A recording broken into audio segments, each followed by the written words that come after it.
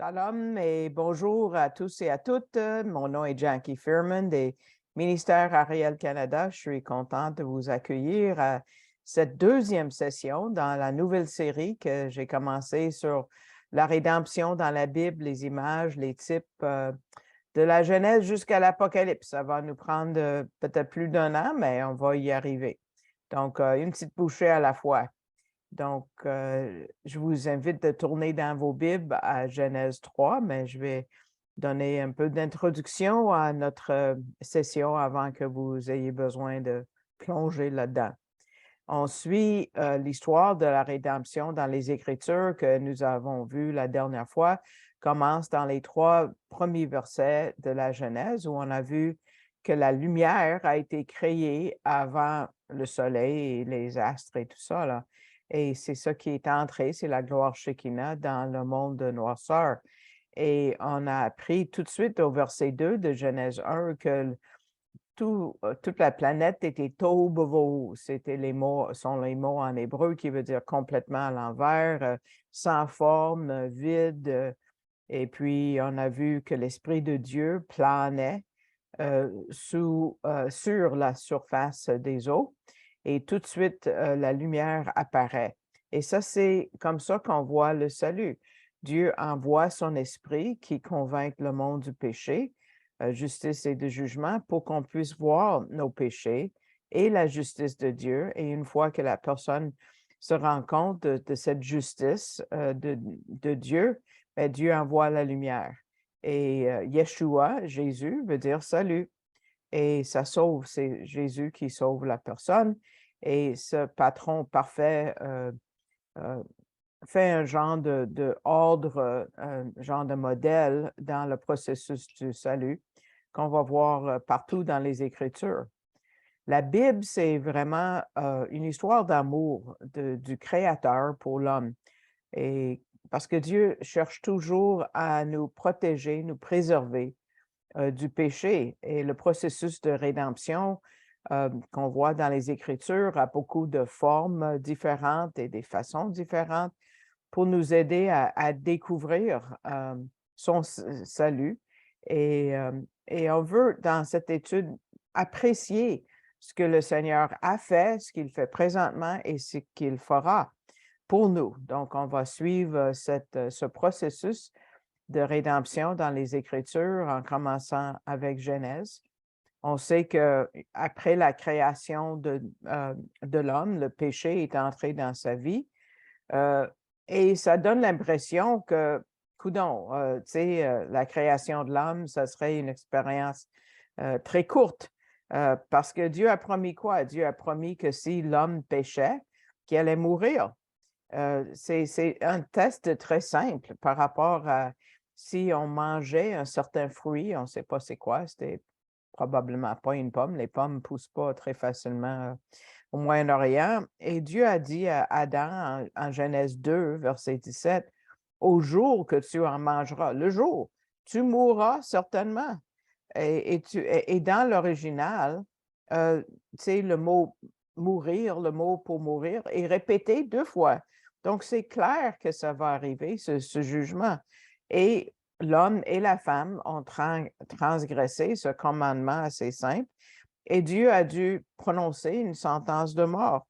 Et il ne pouvait pas changer qu'il avait dit: «Vous mourrez». Donc, est-ce que c'est la fin de l'histoire humaine? Ça aurait pu.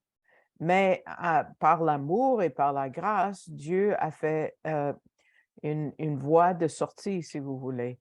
Et c'est là qu'on voit le salut qui prenne forme.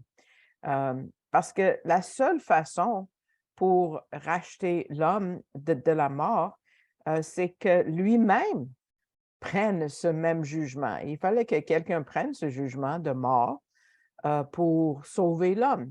Et pour que cette rédemption devienne une réalité, c'était Dieu lui-même, celui que Dieu allait désigner pour mourir au lieu de Adam. Et pour avoir un homme qui pouvait prendre ce jugement, il fallait que l'homme soit parfait et sans péché pour que la cour divine de justice puissent l'accepter. Et celui-là, nous savons, est le Messie, et son nom est Yeshua HaMashiach, Jésus-Christ. C'est la solution divine pour notre salut, et c'est la seule solution. Et à partir de ce moment-là, dans la Genèse, on voit le rôle de Jésus dans le salut qui commence à prendre forme. Mais on va voir Jésus à travers tous les livres de la Bible presque. Donc, c'est ce que nous allons faire dans cette étude. Quelles ont été les premières actions de Adam et Ève après la chute, après le péché? Et quelles ont été leurs réactions quand ils ont su dans quel genre de trouble ils se trouvaient? Là, on commence en Genèse 3, donc ouvrez vos Bibles à Genèse 3 si vous n'êtes pas encore là, parce que je ne vais pas mettre ces versets-là à l'écran, mais les versets d'ailleurs, oui. Donc, c'est une portion très importante dans la parole, et même si ça a été écrit il y a très longtemps, ça nous parle encore aujourd'hui. La présence du péché et le besoin pour la rédemption travaillent de la même façon aujourd'hui que ça a fonctionné au temps d'Adam et Ève. Commençons avec les versets 7 à 10 qui nous mènent au moment où nos premiers parents se sont rendus compte qu'ils avaient transgressé la loi de Dieu en péchant. Et on va mettre l'emphase sur comment Dieu s'approche d'eux. Pas avec un bâton, mais avec tellement d'amour. Et il y a un précédent là-dedans qui est vrai encore aujourd'hui.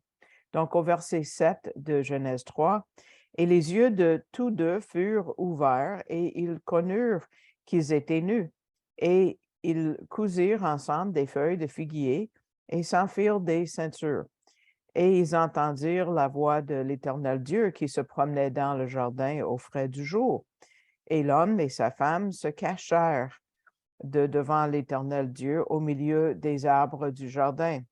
Et l'Éternel Dieu appela l'homme et lui dit, « Où es-tu? » Et il dit, « J'ai entendu ta voix dans le jardin et j'ai eu peur, car je suis nu et je me suis caché. » Donc, la section commence avec l'idée que les yeux de tous deux furent ouverts. Quelle déception, parce que le serpent rusé avait promis bien des choses, et ce qu'ils ont eu à la place, c'était vraiment l'opposé de ce que le serpent avait assuré, promis lui-même. Parce que Adam et Ève ont acheté un genre de billet contrefaçon pour le bonheur, et maintenant ils ont été dérobés de tout ce qu'ils avaient avant.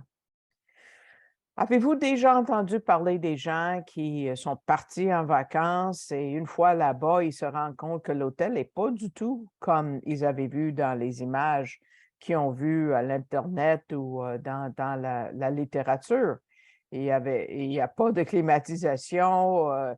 Pour aller à la plage, il faut aller à pied 2 heures de temps. Tu sais, pour la bouffe, c'est vous le chef parce qu'il n'y a pas de resto. Tu sais, c'est vraiment pas du tout ce à quoi ils s'attendaient. Adam et Ève étaient dans une situation beaucoup pire. Et puis, c'est ça l'image qu'on a quand on considère le mot qui est utilisé pour nu. Le mot en hébreu, c'est érom, qui veut dire complètement nu. Oui, physiquement, mais spirituellement vide. Spirituellement, vraiment complètement vidés et ont été enlevés de leur libre arbitre et coupés d'un genre de raisonnement normal. C'est ce que le péché fait à nos pensées. Et c'est quoi l'idée de coudre des vêtements, des ceintures à partir des feuilles de figuier? Qu'est-ce qu'ils avaient en tête? Et on peut mieux comprendre ce verset quand on le met côte à côte avec ce que Dieu a utilisé pour les couvrir. Regardez, sautez au verset 21. « Et l'Éternel Dieu fit à Adam et à sa femme des vêtements de peau et les revêtit. » Donc, c'est quoi la différence? D'un côté, on voit les actes humains, les feuilles de figuier. Et de l'autre côté, l'acte de Dieu, c'est la peau des animaux, pour le même but de couvrir le péché. Mais c'est quoi la différence? La différence principale, c'est entre le salut qui peut venir uniquement de Dieu et ensuite, de l'autre côté, les œuvres de l'homme qui ne peuvent pas acheter le salut. On va voir les conséquences de l'acte de Dieu dans le verset 21, parce que Dieu a pris la peau des animaux. Et c'est clair, c'est au pluriel, ça a pris plusieurs animaux. Et ça veut dire que pour la première fois dans l'histoire, le sang est tombé par terre. Il y a eu du sang parce que Dieu a dû tuer ces animaux. Et pour que et le sang a été versé. On voit la première mort dans l'histoire depuis la création.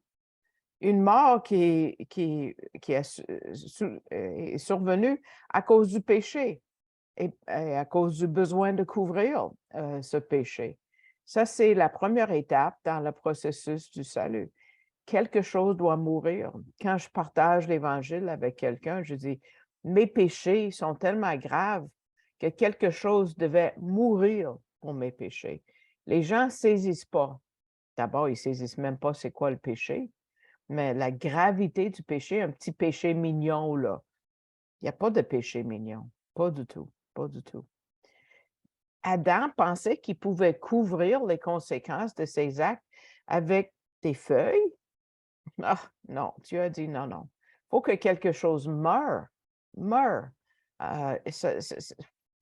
Quelque chose doit donner sa vie.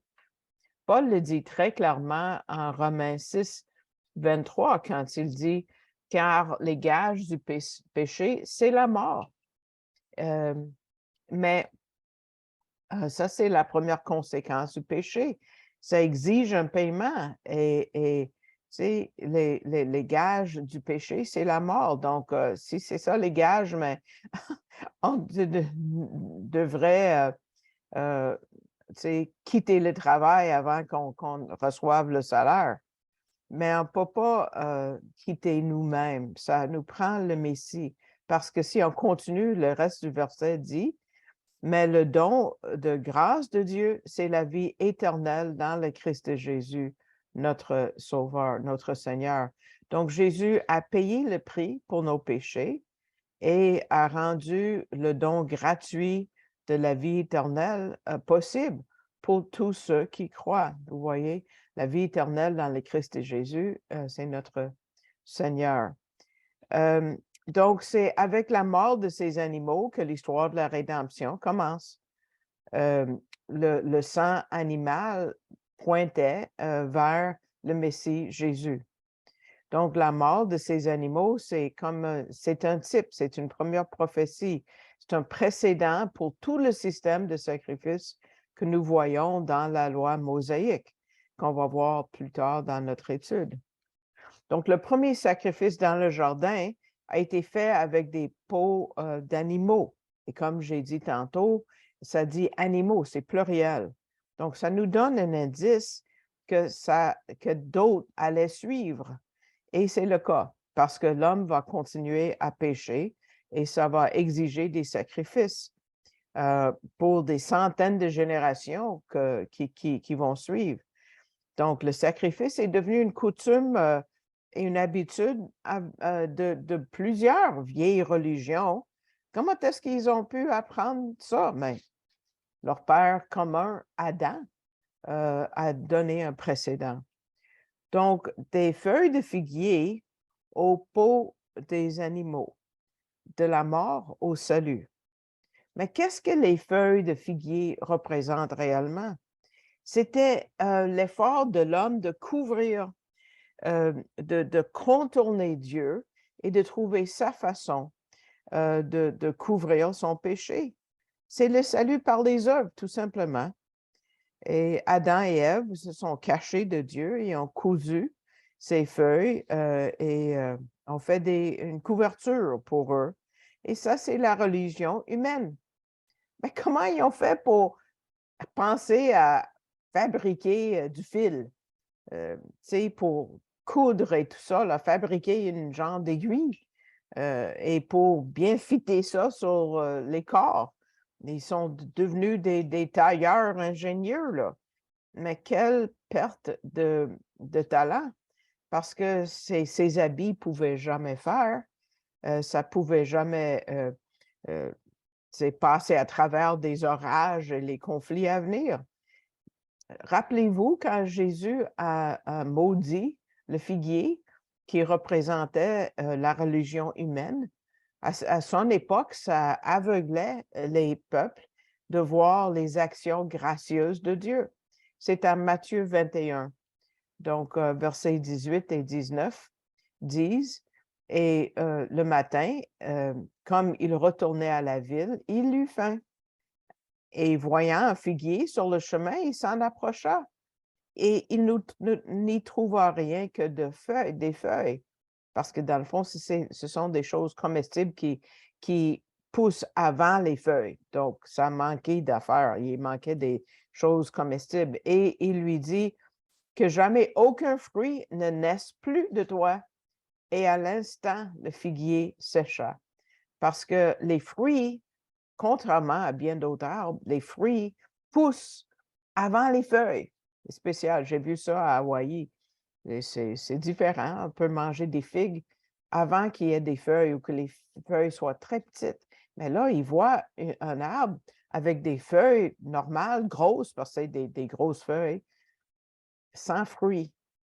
Donc, il y a des gens qui disent, « Ah, Jésus a maudit Israël. » Si le figuier, c'est Israël, Jésus a maudit Israël. Et le peuple juif qui ne connaissent pas Dieu disent, tu vois comment c'est la Bible, le Nouveau Testament est antisémite. Et il y en a beaucoup du côté chrétien de nos jours, malheureusement, qui confirment parce qu'ils persécutent les Juifs. Et ils disent, ah, Jésus a maudit Israël et maintenant il offre le salut uniquement aux non-Juifs. Ouf, le figuier représente un aspect d'Israël parmi d'autres, parce que le figuier est mentionné plus de 40 fois dans les Écritures et représente Israël. Mais dans le contexte de Matthieu, ce figuier représente les institutions religieuses qui étaient en tête de l'État d'Israël, qui a amené que sa condition, oui, effectivement, a été maudite avec l'invasion romaine en 70 après Jésus-Christ et la diaspora qui a suivi. C'est ça que le flétrissage du figuier a prophétisé. Mais qu'est-ce que ça représentait à Adam et Ève? C'était leur propre façon de se protéger des conséquences de leurs mauvais actes. Et quand le figuier a flétri au temps de Jésus, ce n'est pas Israël et tout ce qu'elle représente, mais c'est le pays parce que son identité nationale a été perdue après l'invasion romaine. Et me voilà au Québec. Donc, je ne suis pas dans mon pays natal il y a combien de siècles. Mais est-ce que cette malédiction était éternelle pour toujours? Non, le mot en grec, c'est aion ou aion, qui veut dire, comme le mot hébreu olam, qui veut dire, c'est un temps spécifique et temporel, et temporaire aussi, donc un temps défini et qui désigne un bout de temps. Donc, cette malédiction n'est pas pour toujours. Et évidemment, en 1948, Israël est devenu un État et là, ils ont une identité nationale politique maintenant. Retournons à nos moutons. En Genèse 3, ce qu'on a ici, c'est l'essai d'Adam et Ève de se couvrir eux-mêmes de leur transgression, de leur jugement, en utilisant des feuilles de figuier. Et ça, c'est la première création de la religion humaine. Et la différence entre la religion humaine et divine est très simple. Une, c'est par les œuvres, l'autre, c'est par la grâce. Aussi simple que ça. Ce qu'on voit dans toutes les religions, c'est des efforts humains de c'est s'avancer et par des œuvres. Et la vraie religion, la vraie foi biblique, c'est par la foi, n'est-ce pas? Et c'est en Genèse 3 qu'on voit tout ça. Donc, ça, c'est un autre aspect qu'on voit du salut dans les Écritures. Il n'y a pas un acte humain et rien que tu peux faire, comme le jeune homme qui a dit à Jésus, qu'est-ce que je dois faire pour être sauvé? Rien, absolument rien. Uniquement Dieu peut le faire. Comme par exemple dans le Nouveau Testament, en Tite 3, 5, ça dit, il nous sauva, non sur le principe d'œuvres accomplies en justice que nous aurions faites, mais selon sa propre miséricorde. Aussi en Éphésiens 2, 8, un verset que nous connaissons bien, car vous êtes sauvés par la grâce, par la foi, et cela ne vient pas de vous. Donc, il n'y a rien qu'on peut faire pour arriver au ciel. C'est pour ça qu'on a besoin de Dieu et du Messie. Le même enseignement est imprégné dans les Écritures hébraïques. Vous voyez, Habakkuk va dire quelque chose qui est répété 2 fois dans le Nouveau Testament. Voici son âme enflée d'orgueil n'est pas droite en lui. Mais voici le bout qui est répété partout. Mais le juste vivra par sa foi, pas par les œuvres, par la foi. C'est ça la différence entre la religion humaine et les Écritures. Donc, c'est important de nous rappeler que ce qu'il y a de commun entre toutes les religions humaines, c'est de faire des œuvres pour le salut. J'ai un ami que souvent, il dit, dans toutes les religions, ça dit, faites ceci, faites cela, faites cela, faites cela, faites cela. Et puis, dans la foi biblique, ça dit, c'est fait, allez-vous le recevoir. En anglais, c'est un peu plus clair, on dit do, pour être béni, puis Dieu dit done, fini. Qu'est-ce que vous faites avec? Donc, les religions humaines, ils essaient de travailler pour gagner le ciel. Mais la Bible nous dit que c'est uniquement par la foi, parce que personne ne peut le faire par ses propres moyens. Et ça, c'est le message qu'on voit dès le Jardin d'Éden. Samuel, le premier prophète qui écrivait au moins, avant la construction du temple, a dit au roi Saül, voici, l'obéissance vaut mieux que les sacrifices, en 1 Samuel 15, 22. Le roi David, dont le désir ultime était de construire le temple, a dit dans le psaume 51, verset 17, « Les sacrifices de Dieu sont un esprit brisé. Ô Dieu, tu ne mépriseras pas un cœur brisé et humilié. » Donc, ce n'est pas par les œuvres, c'est par la foi. Il y a même certains rabbins qui ont écrit les commentaires, le Talmud, qui gardaient la loi jusqu'à la lettre, qui ont compris ça en parlant des 613 commandements que nous avons dans la loi mosaïque.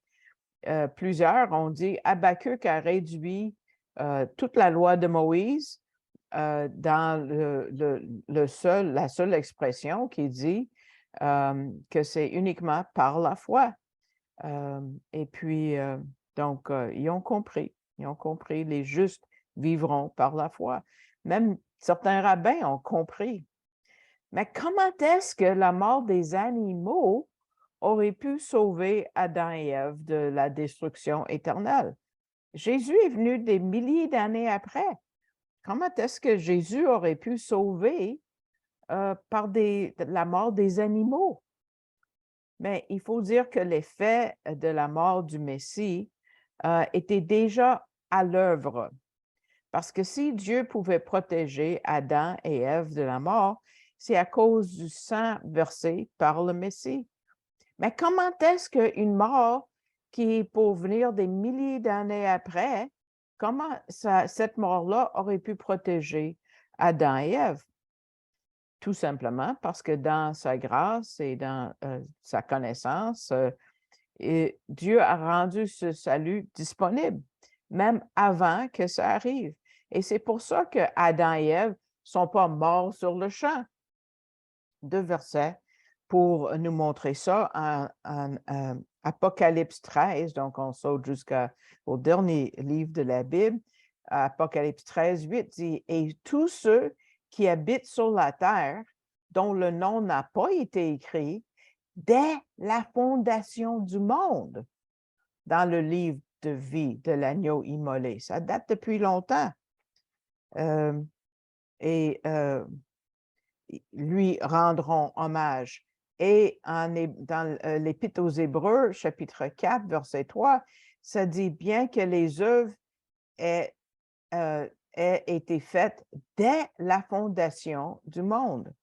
Donc, Dieu a pourvu ces peaux d'animaux comme une couverture temporaire jusqu'à la venue du Messie. Plus tard, dans notre futur, il va nous amener à l'état éternel où il n'y aura plus aucun mal. On a hâte à ça, hein? Donc, la première partie de notre étude prend fin ici. Et puis, je vais dire merci à tous ceux qui soutiennent le ministère par leur prière parce qu'on en a besoin. J'en ai besoin. Et aussi qui assistent aux études. Vous pouvez souscrire à ce post YouTube si vous écoutez par YouTube, Ministère Ariel Canada, au pluriel, ministère. Et puis, vous pouvez faire un don si le Seigneur vous met à cœur de soutenir financièrement. C'est comme ça que je vis. Et puis, pour ce faire, si vous ne savez pas encore, vous pouvez aller à la page web que vous voyez ici à l'écran, Ministère Ariel Canada. Et puis, vous pouvez trouver la place où ça dit « Donner ». C'est après avoir cliqué sur le drapeau français pour avoir le français. Et puis, ça va vous amener à ce que vous voyez dans le bas de la page, c'est canadon.org, et qui vous permet de faire un don à l'organisme Ministère Ariel Canada. Et puis, à partir de là, vous pouvez tirer le menu vers le bas pour trouver mon nom, Jackie Firman, missionnaire. Et par carte de crédit, ils vont prendre votre don, ils vont vous envoyer un don pour un reçu pour fin d'impôt si vous êtes éligible. Les gens de l'Europe, je crains que non. Mais donc, c'est comme ça que vous pouvez soutenir. Donc, je vous invite de revenir pour la deuxième partie et nous allons voir cette histoire de la rédemption continuer.